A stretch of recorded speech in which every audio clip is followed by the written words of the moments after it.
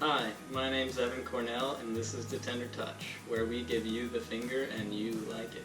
Detailed chicken tender analysis there is to date. I started off by taking the temperature. I did an average for each of the tenders. I measured 3 points on each tender, and I recorded that data right after I got them. I got them to go in this nice little box here. There's 4 chicken tenders, and they're from Raising Cane's. You get the box combo, which I got 2 toasts because coleslaw is pretty nasty. I recommend you do the same. So I got the average temperature of all 4 tenders. When I measured all the temperatures, they were high 60s to low 70s. That's in centigrade because we're using good units and not freedom units. So yeah, so you've got the temperature. Make sure you wait until they're edible. You don't want to burn your mouth because that's no fun. No one likes that. Next off, I have the price per gram of each chicken tender. So I'm going to weigh all the tenders and then combine their masses and then divide by the cost of the total combo, as well as how much it would be for just the chicken tenders. So we have tender 1 here. I've numbered them 1, 2, 3, and 4 just so there's consistency throughout the measurements. So tender 1 comes in at 43.1 grams. It's a nice bit of chicken there for you. We got tender 2 comes in at 57.1 grams. A little heavier than the first one. I noticed when I got them that they were much different in size. There wasn't very similarity in the tenders themselves. You can see here tender 3 comes in at 87.0 grams, which is quite a bit larger than the other 2 tenders. The final tender, tender 4, comes in at 55.3 grams. Not too bad. So I'll total all the masses and give a final detailed report at the end. This is just me measuring and showing you guys how great chicken tenders are. So up next I have the ratio of the chicken to breading, which I think is a good data point because sometimes you have little chicken, lots of breading. You know, that's no fun. You want chicken. You want to eat the nice juicy insides, and the breading's just sort of a flavor addition. So you gotta have a nice ratio between the bread and the chicken for a meal, you know. You're paying for the chicken. Yeah, you're paying for the chicken, not the breading. That was my data recorder here. She helps me a lot. Alright, so I'm gonna take 4 breading pieces from each chicken tender, and I'm going to measure them and average those together. That'll be a full average, so all 16 pieces of breading that I take off here are going to go in the average. So I'll just take some off chicken tender 1. There's 2 there.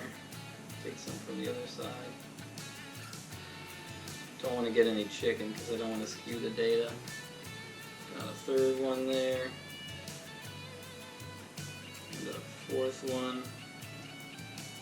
I'm going to take a cut here, get all the pieces of breading ready, and I'll come back.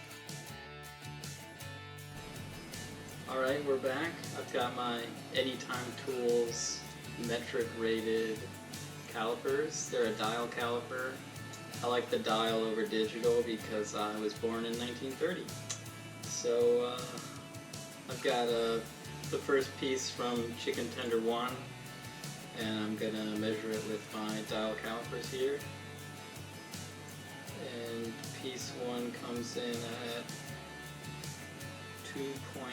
2.88 millimeters. Not bad. It's pretty thin. Chicken tender piece number 2 breading. 2.24 millimeters. And the 3rd piece from chicken tender 1, you've got 3.49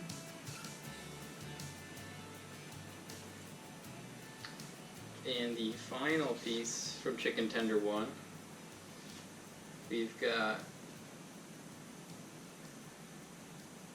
2.09 millimeters. I'm gonna take a cut here, measure the rest of the pieces of breading, and I'll come back. So I'm back. I finished measuring all 16 pieces of breading. I've got the results tabulated. I'll be doing some in-depth data analysis on these numbers and providing you with results at the end here. Next up is chicken thickness. That's without breading, just the chicken, because that's what you pay for. And I'm gonna rip off some breading and measure along 4 places on each chicken tender. So let's start with chicken tender number 1. Remove some of the breading here near the end.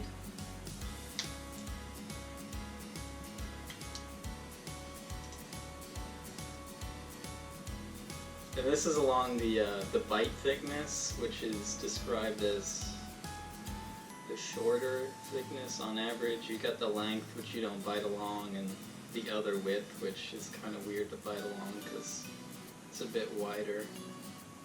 Along the side, it's got the most consistent length. So 0.1 on chicken tender number 1 comes in at 14.18 Millimeters?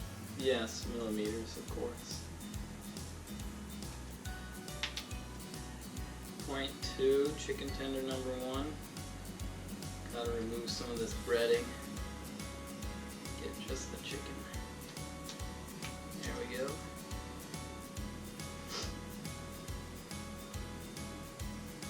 We have here 15.81 millimeters.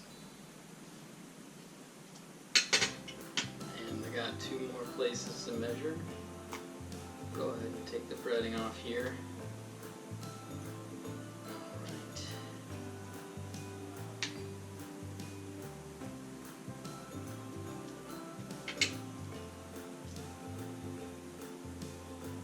Location number 3, chicken tender number 1, comes in at 14.88.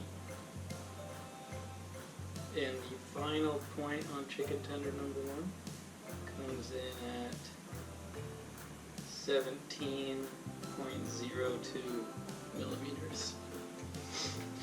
So I'll go ahead, take a cut, measure the rest of the chicken tenders, and we'll be back with the next measurements. Okay, so we're back. I measured the thickness of the chicken for our chicken tenders here. And now I'll move on to length of each chicken tender. Starting with tender number 1.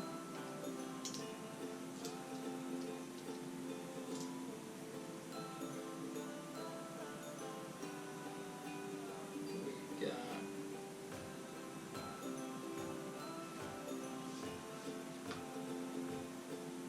111.72 millimeters.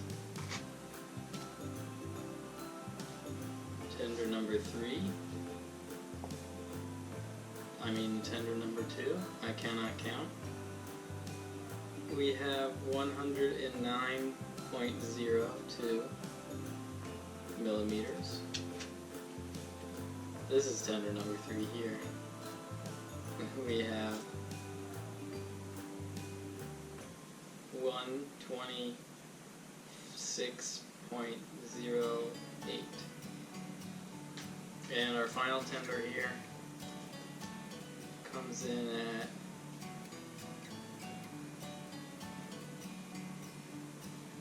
108.10 millimeters. So I've got the length data now. That's the final quantitative measurement we're going to do here today for our Cane's chickens. Next is the bend test. Basically just how flabby is your chicken tender, Some people like crispy chicken tenders, some people like their chicken a little bit more wobbly. So I'm going to bend it until it breaks. Check the tenderness. So we got chicken tender number 1 here. You can see that it falls apart very easily. It's very quality chicken, nice and tender, something you're going to want to consume. We'll start with number 2 here, the bend test. Same thing, falls apart real easily, not much crunch, very tender chicken. We hope for the same thing on number 3 here. It's a bit bigger, maybe that has something to do with its bend test results, but as you see, no, it falls apart very nice and tender. And number 4 here, same thing, it's already starting to break apart. Nice tender chicken. Looks pretty good. And up next we have a bite resistance test, which is it's another test to measure the tenderness, the quality, how nice it is to eat the chicken tender. So here we go.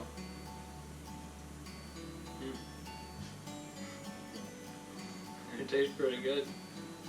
Not only that, but from the bend test, I thought it was going to be real tender, and it is. Very smooth to bite through, not much resistance from the breading itself. The flavor's pretty good. It's kind of got a different kind of oil taste to it. The breading's pretty good too, it's flaky. It doesn't get in the way of the chicken, but definitely enhances the experience. It's good. Yeah. Okay. After the bite resistance test, we look into the sides and sauces here. Cane's does have its unique sauce. It's a little peppery. I don't usually eat it, and they forgot to give it to me here today, which I'm not so happy about, but maybe I'll do this again and tell you how the sauce is. So, as I said in the beginning, I went with 2 toasts here. The toast is way better than coleslaw, and it's free, extra, if you replace it with the slaw. And you get some fries, but I got hungry while we were doing this, and so I ate some. They're not anything special, they're just fries. Pretty good. Nice and salty. They're crinkle cut. Yeah, they're crinkle cut. You know, fries. And the bread's really good. It's nice and soft. It's a big Texas-like toast. One side's buttered, one side's just not buttered, and it's not as toasted. It's pretty much just toasted on one side. And you got your bun seeds on the top for bun seed-like people. Yeah, good bread. Definitely adds to the quality of the meal. I recommend getting the meal over just chicken tenders. But I'll give a little taste test here. Definitely worth replacing that coleslaw. Alright, and you get a drink. Excuse me. The bread's pretty dense. I left it in the kitchen when I started, and I put it back here and didn't, notice. Anyway, I got orange Fanta. I think they have Coke products.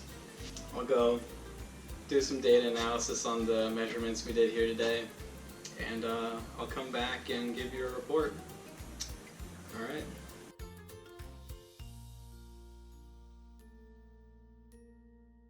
Alright everybody, it's result time.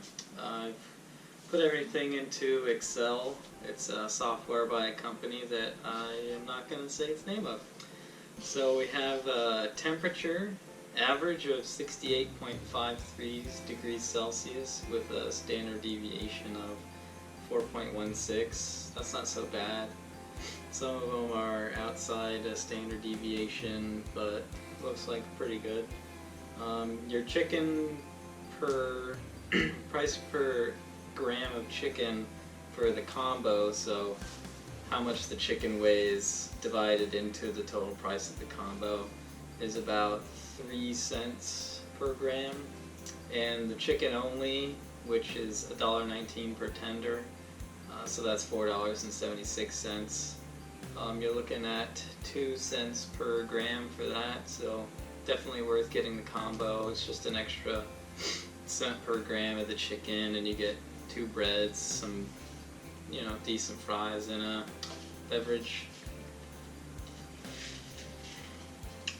Then on to the mass of each tender, or the average mass of the tenders. We have 60.63 grams with a standard deviation of 18.65. That's pretty high. I'd like to do more measurements to get a better average, better standard deviation. With only 4 data points, it's kind of hard, but that's the world we live in. With the bread thickness, we have 2.22 millimeters with 1.09 standard deviation. I'd like some more measurements there too. Standard deviation is almost half the mean, and some of the points are a bit away, a standard deviation or more, but not so bad. Then the chicken thickness itself, that's 17.30 millimeters with 2.71 standard deviation. That's a little better. Not so upset with that. It's a good standard deviation with how many data points we have. And the final measurement we did here was a length, which was 113.73 millimeters and 8.38 millimeters of standard deviation. That's not terrible, but more data points, we'll get a better average there. So, in conclusion, yeah, you're paying 3 cents per gram of chicken if you get the combo. Not bad, really. And 2 cents for just the chicken, so it's definitely worth the extra cent per gram to get that combo. Brought to you by Raising Cane's Chicken. They're currently doing a Peel to Love marketing event. You might win $100,000 if you go pick up one of these. But yeah, there you go. Chicken tenders recommended by data. This was the Tender Touch, where we give you the finger and you like it.